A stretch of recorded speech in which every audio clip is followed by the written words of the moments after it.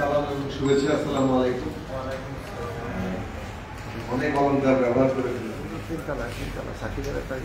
আমি আপনাদের বিষয়টা জেনেছি সাম্প্রতিক সময়, বিশেষ 35 চাকরির বয়সীমা 35 করার জন্য যারা আন্দোলন করছেন তাদের অনেকেই সাথে আমাদের পরিচয় আছে। তারা আমাদের সাথে যোগাযোগ করতেন, বিভিন্ন কর্মসূচিতে যোগ দেওয়ার জন্য আমন্ত্রণ জানাতেন। চাকরির বয়সীমা 35 করার আন্দোলনে যারা ছিলেন তারা একটা অংশ, উল্লেখযোগ্য অংশই বলবে 92-93 ব্যাচ। এই ব্যাচ এমন একটা সময়ের মধ্যে দিয়ে তাদের এই চাকরির বয়স সীমাটা পার করেছে, যখন এটা বলতে পারা যায় যে একটা ঘটনাচক্র, যে ঘটনাচক্র তাদের একেবারেই বিপরীতে গিয়েছে। 21 সাল থেকে 20 সাল থেকে আমরা যেটা দেখেছি, করোনা মহামারী বাংলাদেশেও ব্যাপকভাবে ছড়িয়ে পড়েছিল এবং সেই করোনা মহামারীর কারণে 21 সালে যখন বিসিএস পরীক্ষা কিংবা সরকারি চাকরিতে আবেদনের জায়গাটি বেশ অনেক মাসের জন্য পিছিয়ে দেওয়া হয়েছিল, সেই পিছিয়ে দেওয়ার কারণে এই যে 92-93 ব্যাচে 92-93 যারা জন্ম নিয়েছেন তারা ওই সময়ে পরীক্ষায় অংশ নিতে পারেন। যখন তারা পরীক্ষায় অংশ নেওয়ার সুযোগ পেলেন তখন তাদের বয়সসীমা পেরিয়ে 30 বছর বয়সসীমা পেরিয়ে তারপর তারা আন্দোলনে আসেন 35 করার জন্য চাকরি। কিন্তু চাকরির বয়সসীমা যখন 32 করা হলো তখন তাদের 32 বছর পার হয়ে গেছে এবং সেটা করতেও বেশ কয়েক বছর তারা সময় নিয়েছে, যার ফলে একদিকে করোনার কারণে, অন্যদিকে এই আন্দোলনের মধ্য দিয়ে চাকরির বয়সসীমাটা 32 করলেও তাদের বয়সসীমা পেরিয়ে গেছে। 30-এর বয়সের মানে যে সিলিং, সেখানে তারা করোনার কারণে পরীক্ষা দিতে পারেন না। 32-এর সিলিং এ তারা সিদ্ধান্ত নিতে 2 বছরের বেশি সময় লাগার কারণে সেই সিলিং এর মধ্যে তারা পরীক্ষা দিতে পারে। তো এই যে 92 এবং 93 সালে জন্ম নেয়া যারা শিক্ষার্থী, যারা সরকারি চাকরিতে আবেদন করতে চান, তারা একটা বড় ধরনের বঞ্চনার শিকার হয়েছে। অর্থাৎ তারা প্রতিযোগিতামূলক পরীক্ষায় অংশগ্রহণই করতে পারে ঠিকঠাক। এই বিষয়টি একটা মানবিক বিষয়ে পরিণত হয়েছিল। এটা একটা বিশেষ বাস্তবতা।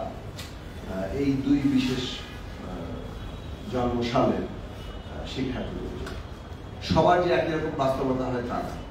92-93 জন্ম নেওয়া শিক্ষার্থীরা যারা একটা এইরকম বিশেষ বাস্তবতার মুখোমুখি হয়েছেন, তাদেরকে কোনো মানবিক বিবেচনায় প্রতিযোগিতামূলক পরীক্ষায় অংশ নিতে সুযোগ দেওয়া যায় কিনা সেটা সরকারকে অত্যন্ত মানবিকভাবে বিবেচনা করা দরকার। এখন এটা তো একটা কতগুলো সমস্যা আছে, এটা আমরা বুঝি যে যখনই কোনো বিশেষ বিবেচনা আনা হবে তখন ওইটা একটা দৃষ্টান্ত হয়ে যায় এবং এই বিশেষ বিবেচনা অন্যরাও নানা রকম দাবি করতে পারে। কিন্তু এই ক্ষেত্রে যে বিষয়টি আছে যে এমন একটা পরিস্থিতির শিকার এই 2 ব্যাচের শিক্ষার্থীরা হয়েছে, যেটা আসলে সহসা প্রতিনিয়ত ঘটে না। ফলে এইটার একটা বিশেষ দিক আছে।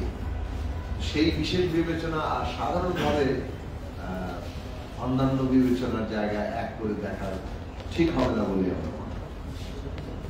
এই ক্ষেত্রে এই বিশেষ বিবেচনা করা যেতে পারে। ফলে সংশ্লিষ্ট যারা সিদ্ধান্ত নেওয়া আছে, মাননীয় প্রধান উপদেষ্টার কাছে আবেদন করা এবং এর সাথে যে অন্যান্যরা যুক্ত আছে, জনপ্রশাসন মন্ত্রণালয় সহ যারা সংশ্লিষ্ট কর্তৃপক্ষ, তারা এই বিষয়টি বিবেচনা করবেন, মানবিক দিক থেকে করবেন যে 92 এবং 93 সালে জন্ম নেওয়া শিক্ষার্থীরা তারা যাতে করে অন্তত একবার প্রতিযোগিতামূলক পরীক্ষায় অংশ নেওয়ার সুযোগ পায়।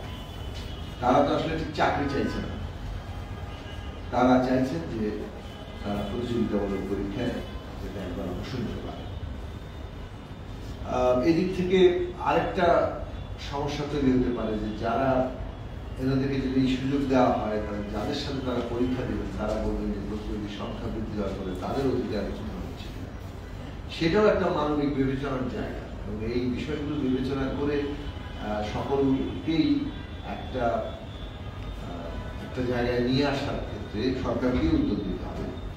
সরকার যদি বিষয়গুলোর বিবেচনার জায়গায় নেয় তাহলে আমাদের কাছে মনে হয় যে এটা সম্ভব। এই বিবেচনাটা সমাজের মধ্যে বিবেচনা বোধকে আরো বাড়াবে। তো আমরা এই জায়গা গুরুত্বের সাথে নেওয়ার জন্য দেশের নীতি নির্ধারকদের কাছে আহ্বান জানাবো তারা যাতে এই ধরনের ঘটনা প্রবাহের মধ্য দিয়ে ঘটনা চক্রের মধ্যে যারা ব্যাপকভাবে বঞ্চিত হলেন প্রতিযোগিতামূলক পরীক্ষায় অংশ নেওয়ার ক্ষেত্রে তাদেরকে সেই সুযোগটা দেওয়া। বাংলাদেশে তো একটা বাস্তবতা তৈরি হয়েছে যে এখানে সরকারি চাকরি থেকে যদি অংশ নেওয়ার সময়সীমা একটা না থাকে, 30 ছিল এখন 32 হয়েছে। এই যে চাকরির বয়স সীমা, এই বয়স সীমা এমনকি প্রাইভেট সেক্টরও সেটাকেই প্রায় অনুসরণ করে। এই বয়স সীমা অতিক্রম করলে প্রাইভেট সেক্টরেও শিক্ষানবিশরা চাকরি নিতে পারে না, অভিজ্ঞতা ছাড়া তখন তাদের কোনো চাকরি নেওয়া কঠিন হতে পারে। ফলে চাকরির বয়স সীমা এইভাবে যে সিলিং বাংলাদেশে করা হয়েছে, এই সিলিং বহু আমাদের শিক্ষার্থীকে চাকরি জীবনে এসে একটা ভয়ানক বিড়ম্বনা, ভয়ানক কঠিন বাস্তবতার মুখোমুখি করেছে। সেই দিকটাও যারা এটা নির্ধারণ করেছে তাদের বিবেচনা করা। চাকরির বয়স সীমা বিষয়ে জনপ্রশাসন সংক্রান্ত সংস্কার কমিটি কিন্তু 35 বছরকেই গ্রহণ করার জন্য প্রস্তাব করেছে, কিন্তু আমরা দেখলাম যে সরকারের সিদ্ধান্ত আসলে 32। এই বয়স সীমা নির্ধারণ করলে যে ধরনের সংকট আমাদের এখানে তৈরি হয়েছে সেশন জ্ঞান থেকে শুরু করে নানাভাবে, তার ফলে চাকরির জন্য প্রস্তুত হওয়া, প্রতিযোগিতামূলক চাকরিতে নিজেকে জায়গা করে নিতে নেওয়ার জন্য নিজেকে যত দক্ষ করা, এই সব করতে করতে অনেকটা সময়ই লাগে। ফলে যারা যথার্থভাবে নিজেকে প্রস্তুত করছেন কিংবা কিছুটা বেশি সময় নিয়ে হয়তো তাদের প্রস্তুত করছেন, তাদের ক্ষেত্রে সুযোগটা থাকা উচিত। সুযোগের সমতা সৃষ্টি করা কিংবা সুযোগের একটা তুলনামূলকভাবে সুযোগকে আরো বাড়িয়ে তোলা, এইটা হচ্ছে সরকারের নীতি হওয়া উচিত। সরকার কতভাবে বাদ দেওয়ার চেষ্টা করবে সেটার চাইতে কতভাবে যুক্ত করা যায়, সুযোগ সৃষ্টি করা যায়, সেই দিকে তাকে গুরুত্ব দিতে হবে। আমাদের দেশে সবাই বেশ চাকরির দিকেই যেতে হয়, তরুণদেরকে চাকরির দিকেই যেতে হয়। এত বড় একটা অভ্যুত্থান হয়েছে, সেই অভ্যুত্থানের পেছনে কিন্তু চাকরির সংকটটাই বড় আকারে কাজ করেছে। গোটা সংস্কার মূলত আসলে চাকরির ক্ষেত্রে একটা বৈষম্যের ব্যবস্থা তৈরি করা হয়েছিল রাজনৈতিক উদ্দেশ্যে। তার বিরুদ্ধে একটা লড়াই ছিল এবং সেই লড়াই শেষ পর্যন্ত ফ্যাসিবাদী সরকারের পুরো অপশাসনের বিরুদ্ধে লড়াই পরিণত হয়েছে এবং অভ্যুত্থান হয়েছে।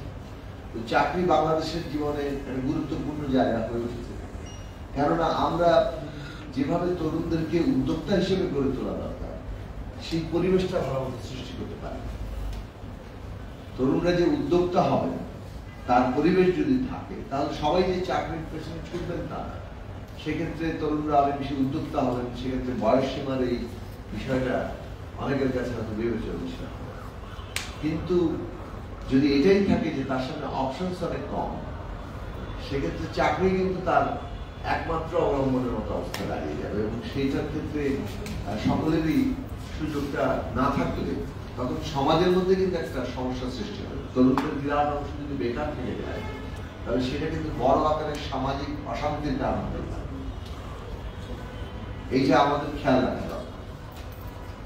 তাহলে তরুণদের চাকরির ক্ষেত্রে তাদের যে সুযোগ সেটা কিভাবে বাড়ানো যায়, এটা গুরুত্বপূর্ণ প্রশ্ন। অন্যদিকে তরুণদের একটা কিভাবে উদ্যোক্তা হিসেবে তাদেরকে গড়ে তোলা যায় কিংবা তারা সেই জায়গায় আগ্রহী হয়ে উঠে, তার পরিবেশটা সৃষ্টি। বাংলাদেশের তরুণদের উদ্যোক্তা করার জন্য অনেক আলংকারিক কথাবার্তা বলা হয়, কিন্তু উদ্যোক্তা হওয়া তো কেবল লেকচার দেওয়া না। উদ্যোক্তা হওয়া কতগুলো বাস্তব শর্ত সৃষ্টি করা হয়। একজন উদ্যোক্তা যে সমস্ত বাধা মোকাবেলা করেন উদ্যোক্তা হতে গিয়ে, সেই আমলাতান্ত্রিক জটিলতা থাকে, সেই যে তার পুঁজির অভাব থাকে, তার মানে দক্ষ একটা ম্যানেজমেন্ট চালানোর জন্য প্রয়োজনীয় যে লোকবল সেটা সম্ভব। তো একটা এই সব বাস্তবতার ক্ষেত্রে আমাদের যদি পরিবর্তন আনার জন্য না পাওয়া যায়, তাহলে উদ্যোক্তার আসলে তৈরি, উদ্যোক্তা হওয়ার যে সামাজিক শর্ত সেটা আসলে তৈরি হয়। একজন ব্যক্তি নিশ্চয়ই ব্যক্তিগত পরিশ্রম এবং অগ্নিবেশ দিয়ে, চেষ্টা দিয়ে নানাভাবে উদ্যোক্তা অনেক বড় জায়গায় যেতে পারে, কিন্তু আমরা যদি কেবল ব্যক্তির প্রতিভা কিংবা ক্ষমতার উপরেই নির্ভরশীল হয়ে পড়ি, তাহলে সেটা কিন্তু খুব বড় আকারে সামাজিক পরিবর্তন আনবে। আমাদেরকে গড়ের দিকে তাকাতে, গড় মানুষ কিভাবে সমাজে ভূমিকা রাখতে পারে এবং একটা ন্যূনতম সাফল্য সৃষ্টি করতে পারে, তার জন্য প্রয়োজনীয় সামাজিক রাষ্ট্রীয় উদ্যোগ এবং শর্ত সৃষ্টি করতে হবে। তখনই কেবল একটা বড় আকারের পরিবর্তন। বিশেষ মানুষ নানাভাবে মানে তার পরিশ্রম এবং দক্ষতা এবং প্রতিভা দিয়ে অনেক জায়গায় অনেক রকম পরিবর্তন আনতে পারে প্রতিকূলতা সত্ত্বেও, কিন্তু সকলেই কিন্তু সেই প্রতিকূলতা অতিক্রম করতে পারবে না। প্রতিকূলতা অতিক্রম করার জন্য যে সামাজিক শর্ত দরকার, রাষ্ট্রীয় উদ্যোগ দরকার, সেটা আমাদের প্রায়োরিটি হবে, কারণ সেটাই আমাদের তরুণদেরকে ভবিষ্যতের পথ দেখাবে। তো আমরা যে জায়গাটা বলবো যে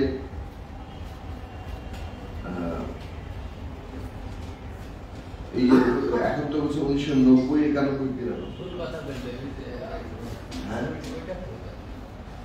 91, 92 এই 3 ব্যাচের 3 সালে যারা জন্ম নিয়েছেন তারাই মূলত এই সুবিধা হয়েছে। তো 1990, 91, 92 এই 3 সালের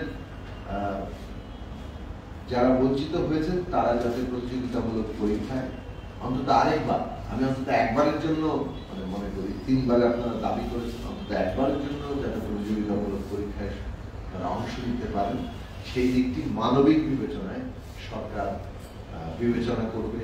সেটা কিভাবে করা যায় তার জন্য উদ্যোগ গ্রহণ করবে, আলাপ আলোচনা করবে। কারণ স্পষ্ট যে করোনা তাদেরকে বেশ লম্বা সময়ের জন্য প্রতিযোগিতামূলক পরীক্ষা অংশ নিতে দেয়নি। অন্যদিকে চাকরির বয়স যখন 32 করা হয়েছে, সেটা যখন করা হয়েছে তখন তাদের সেই সুযোগটা তারা নিতে পারে। এই যে ঘটনা চক্র তাদেরকে একটা বড় আকারে বঞ্চিত করেছে, সেইটা সাধারণত ঘটে না, কিন্তু এই 3 ব্যাচের কিংবা 3 সালে জন্ম নেওয়া শিক্ষার্থীদের ক্ষেত্রে ঘটেছে। সেটা আবারও মানবিক বিবেচনা করার জন্য আমরা সংশ্লিষ্ট হয়েছি, আহ্বান জানাবো। আমরা ব্যক্তিগতভাবে আমার পক্ষ থেকে কিংবা আমাদের দলের পক্ষ থেকেও আমরা আলাপ করেছি যে এইটা আসলে একটা মানবিক বিবেচনার বিষয়, সেটা বিবেচনা করা যায়। সেই কারণে আমি আপনাদের সাথে উপস্থিত হয়েছি। আমরাও চেষ্টা করবো যাতে করে আমাদের পক্ষে যাদের সাথে কথা বলা সম্ভব বিভিন্ন নির্ধারকের সাথে, সেখানে যাতে বিষয়টি তুলে ধরা যায় সেদিক থেকে আমরা চেষ্টা করি। আপনারা শান্তিপূর্ণভাবে আপনাদের দাবি বা বক্তব্য অব্যাহত রাখবেন, সেই আশা করে আপনাদের সাফল্য কামনা করে আমি আমার বক্তব্য শেষ করছি। ধন্যবাদ সবাইকে। ধন্যবাদ স্যারকে। বাংলাদেশের প্রথম শ্রেণীর আমরা শিক্ষিত, অবহেলিত, নির্যাতিত, নিপীড়িত ছাত্র সমাজের পক্ষ থেকে স্যারের কাছে